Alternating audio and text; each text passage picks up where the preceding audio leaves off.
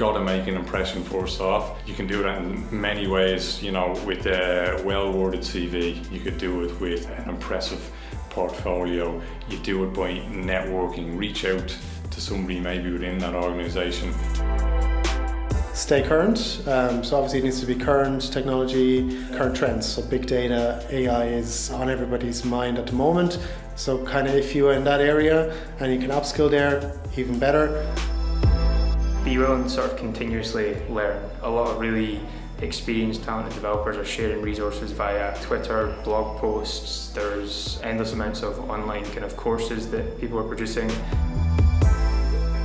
Learn how to develop on Salesforce, use the Salesforce platform, Heroku, or Trailhead, trailhead.com. Do research. Do research on the company, do research on the job. Find out what the company's goals are and their culture and so on.